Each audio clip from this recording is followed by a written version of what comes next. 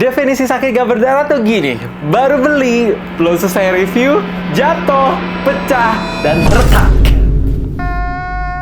Anyway, pengalaman nyoba Motorola G45 5G ini emang nggak berjalan mulus. Tapi setelah 10 bulan launching, apakah HP yang saat ini masih worth it untuk dibeli? Jadi langsung aja kita cari tahu bersama-sama dan hiraukan layar retaknya guys. Let's check it out. Oke, hal pertama banget yang menarik perhatian gue itu ada di bagian user interface yang menggunakan stok Android. Dan ada sedikit customization-nya, dimulai dari notifikasi. Tersedia 3 tampilan yang menurut gue, pilihan ketiga ini yang paling ngebantu. Dan kedua, animasinya tuh ada efek motion blur, jadi kelihatan lebih responsif. Dan untuk fitur-fitur HP 2 jutaan, jujur gue nggak expect sama sekali dan terkejut gitu loh. Karena kalau misalkan kalian pengguna Windows, ada aplikasi yang namanya Smart Connect. Walaupun harus download, tapi fungsinya kalian bisa tarik file, transfer file, bahkan gunain ini HP di komputer sampai jadiin HP ini sebagai webcam di komputer langsung. Gila banget. Dan buat kalian yang primary device-nya menggunakan iPhone, kalau misalkan mau transfer foto ataupun video itu bisa dan gampang. Yang paling penting itu juga gratis. Dan ngomongin soal experience-nya akan gue bahas di bagian performance karena ini satu kesatuan. Stay tuned.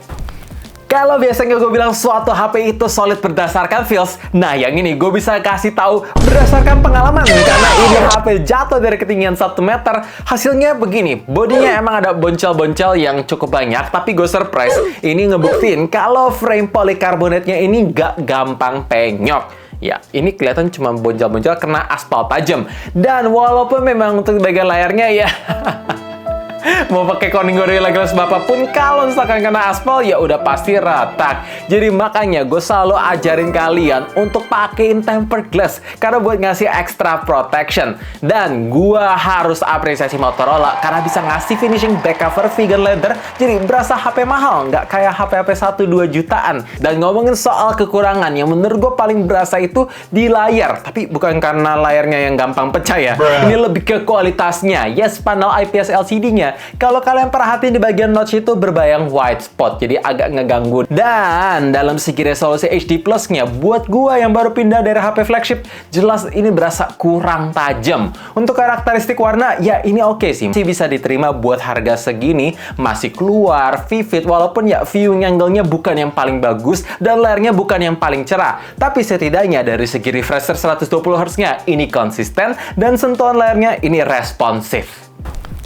Ini HP pertama dan satu-satunya sampai saat ini video dibuat di Indonesia yang resmi menggunakan chipset Snapdragon 6S Gen 3. Jujur, di awal tuh ekspektasi gue tinggi banget. Ya minimal bisa on par sama Helio G99. Tapi ternyata ini ada di bawah yang cukup jauh. Dimulai dari MLBB, emang bisa kebuka Super Plus Ultra. Tapi dari loading awalnya aja, buka shop, event, sana-sini tuh berjalan agak ngelek-ngelek. Gue pikir karena masih download resources. Tapi begitu selesai download, coba main game dengan hero yang nggak butuh fast pace kayak Layla, dimana cuma butuh presisi, ini berasa kurang mulus. Coba nginstalin Genshin Impact dengan settingan lowest plus 30 fps, hasilnya nggak nyentuh sampai 20 fps. Jadi bisa gue simpulkan, HP ini cocok buat kalian yang pengen main game casual aja, kayak Candy Crush Saga, Hay Day, ataupun kayak Subway Surfer. Kalau misalkan mau main game yang berat, saran gue carilah HP dengan chipset Helio G99. Tapi satu hal yang harus gue apresiasi, di harga 1 jutaan, yang sediain koneksi 5G itu bisa dihitung pakai jari. Jadi ini opsi yang terbaik. Dan kalau misalkan kalian nggak pakai gaming, ya aman-aman aja. Buka tutup aplikasi, pindah sana sini nggak berasa nge-lag. Karena ya kebantu stok Android-nya juga yang ringan. Buat kualitas kamera entry levelnya Motorola, gue surprise loh. Ketika foto-foto di kondisi daylight, dari segi dynamic range-nya ini ngangkat banget. Dari segi karakteristik warna, ya ini dibilang natural juga enggak. Tapi yang pasti, ini kelihatan menarik karena saturasinya naik, jadi kelihatan vivid. Ditambah dengan highlight yang masih ngangkat, walaupun memang dari segi tingkat ketajaman, ketika di zoom in, permainan AI atau sharpening software-nya itu kurang banget, jadi kelihatan kayak pecah aja. Tapi kalau misalkan kalian nggak zoom in, kelihatan hasilnya foto bagus, sampai low light-nya pun sore hari, malam hari kelihatan bagus. Tapi saran gue, pastiin nyalain fitur auto night mode-nya biar bisa ngangkat detail, ngurangin noise, dan saturasinya ini bisa sedikit lebih naik. By the way, ada satu fitur di kameranya yang gue suka, namanya spot color. Jadi kalau misalkan kalian lagi ada di tempat yang super berwarna, itu tinggal pilih aja satu warna yang kalian mau tonjolin, sisanya jadi black and white. Ini dia contoh perekaman video di kondisi sore hari. Dari segi stabilisasi menurut gue ini IIS-nya cukup bagus, walaupun memang resolusinya mentok di 1080p 30 fps, bukan 60 fps. Ketika panning terasa natural, ini warnanya juga nggak terlalu berubah kontras yang kayak gimana, saturasinya masih terlihat kalem, dan ya kurang lebih kayak gini guys. Oke, by the way ada satu hal yang gue kurang suka di bagian user interface kamera. Jadi ini kalau misalkan mau 2 kali digital zoom, gak bisa, mesti digeser, baru bisa pindah sampai 8 kali. Gue lebih seneng kalau misalkan ada yang 2-3 kali langsung, jadi bisa langsung tap doang. Hal kedua yang menurut gue jadi cukup deal breaker selain kualitas layarnya, itu ada di bagian charging. Yes, ini masih support di 18 watt. Jadi ketika gue colok dari angka 5-100% dibiarin ngecharge saja, ya ini makan waktu 1 jam 56 menit. Walaupun memang ada satu hal yang harus gue apresiasi, untuk kualitas baterai 5000 mAh di HP ini tuh bagong banget.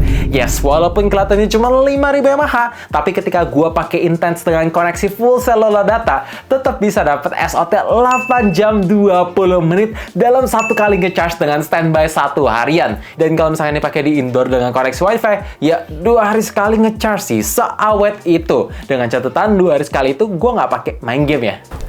So guys, kesimpulannya 10 bulan setelah Motorola G45 5G ini resmi di Indonesia, gue ngelihatnya fokus mereka bukan di bagian performa, karena ya Transsion Group bisa lebih baik, tapi mereka lebih fokusin ke bagian fitur-fiturnya. Bayangin, ada HP baru yang udah support 5G, masih ada port jack 3.5, dan dalam segi user interface-nya yang sangat nyaman, fitur-fitur software-nya itu loh banyak banget buat kelas harganya. Jadi kalau misalkan kalian nyari performa kenceng, lupakan HP yang satu ini, tapi kalau misalkan kalian nyari kenyamanan dan fitur, silakan beli aja karena harganya udah turun di 1,8 juta, lumayan banget. Jadi ini pembuka yang bagus dari Motorola. So, gue berharap banget dengan adanya video ini kalian terbantu, dan kalau misalkan kalian udah pakai HP yang satu ini, boleh dong komen di bawahnya, share suka dukanya supaya yang lain lagi galau bisa dapat jawaban pasti. And as always, stay safe, stay healthy, stay updated with up to date. Happy New Year guys!